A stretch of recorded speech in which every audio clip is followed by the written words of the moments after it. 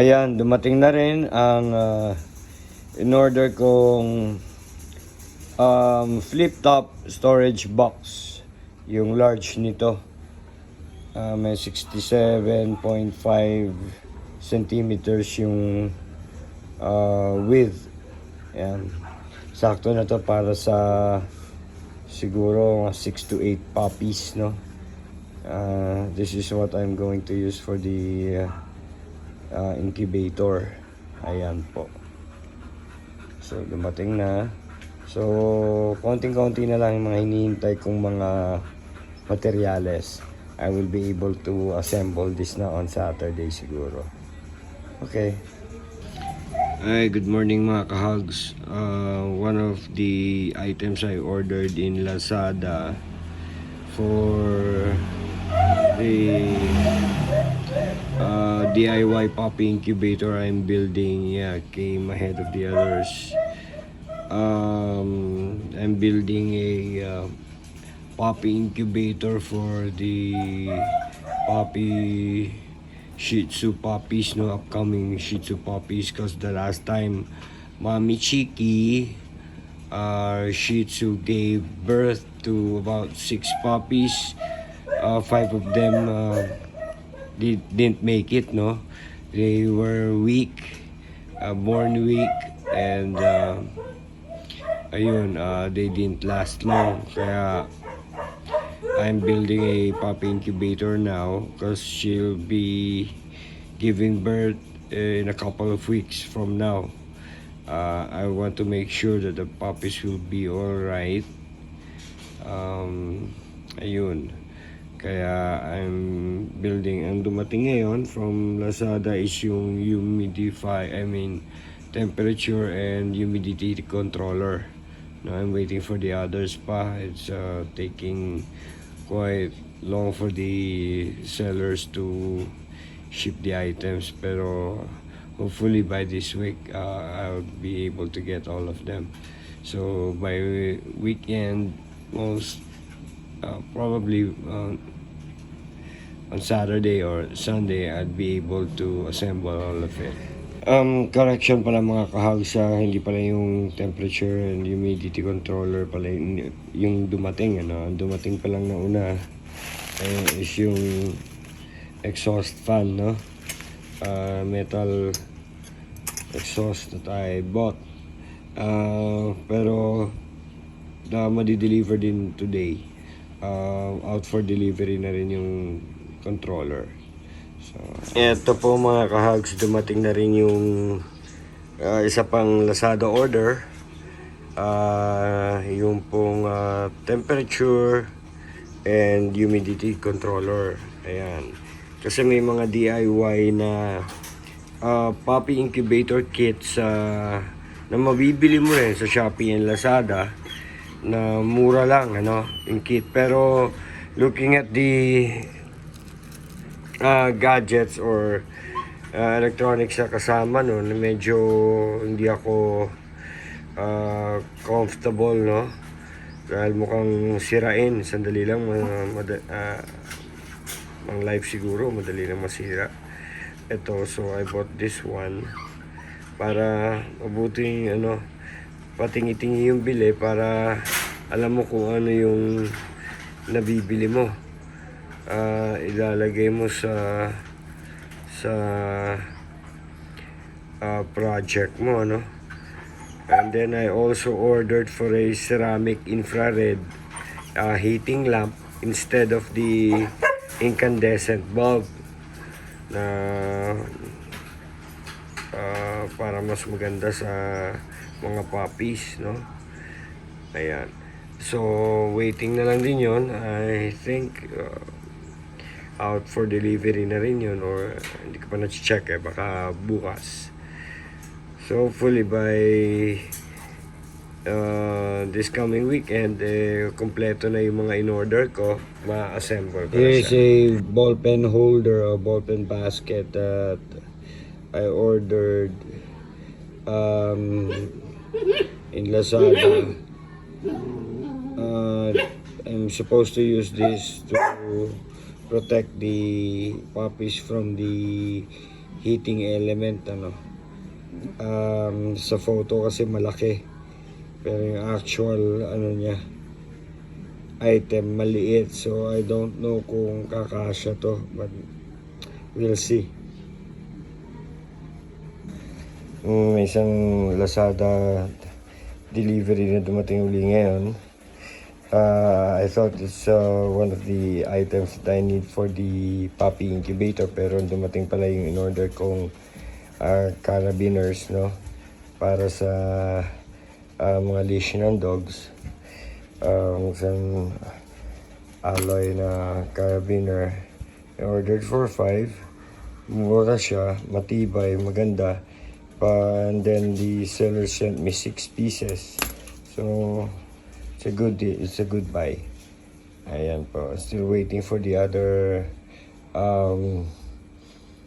parts ng puppy incubator that I ordered. So hopefully makompleto na before the weekend. Ayan po. So today yung most likely dadating yung 2 infrared lights, 50 watts in infrared ceramic light lamp that I ordered. Ayan po.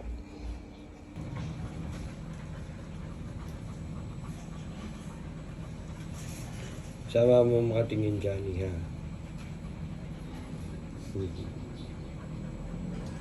Ito, dumating na po yung one of the few items the remaining, no, for the puppy incubator that we're going to build.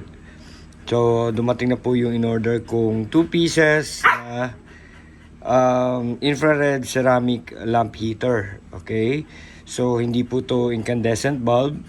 I ordered 2 para meron akong spare, just in case something goes wrong with the other one, or while in operation mabusted yung isa, at least meron kagad akong reserba, because it will take a few days din bago dumating kapag umorder ka, no? Wala akong gagamitin. So mura lang po to sa Lazada. Nasa 134 lang po tong 50 watts. Ayan.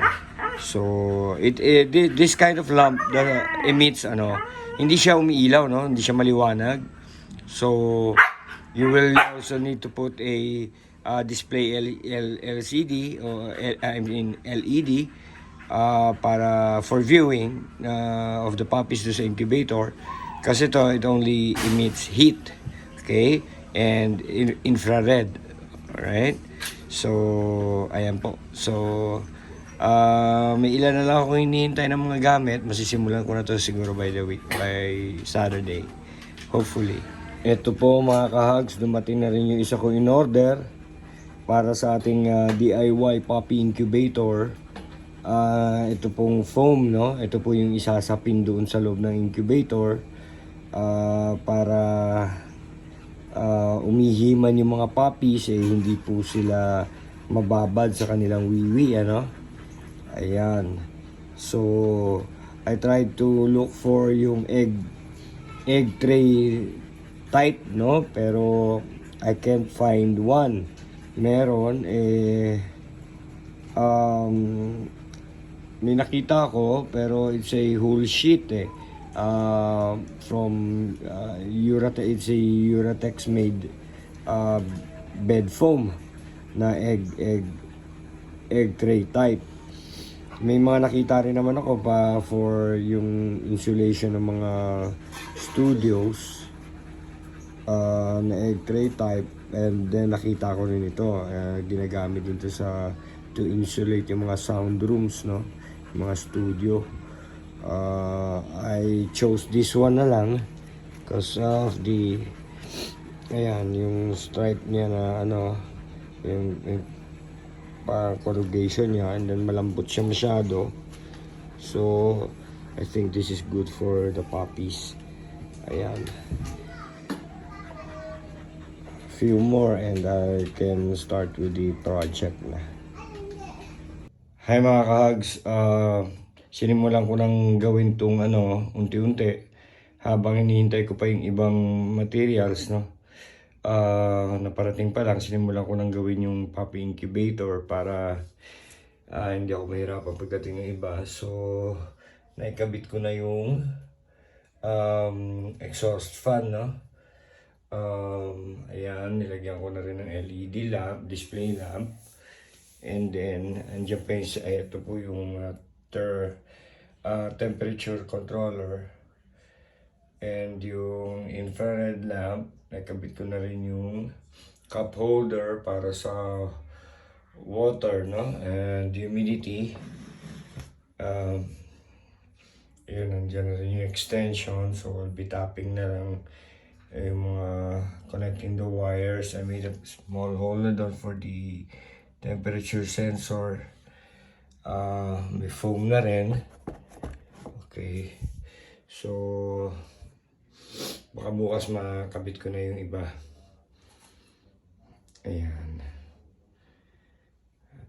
Tapos to in time for Mami Cheekie's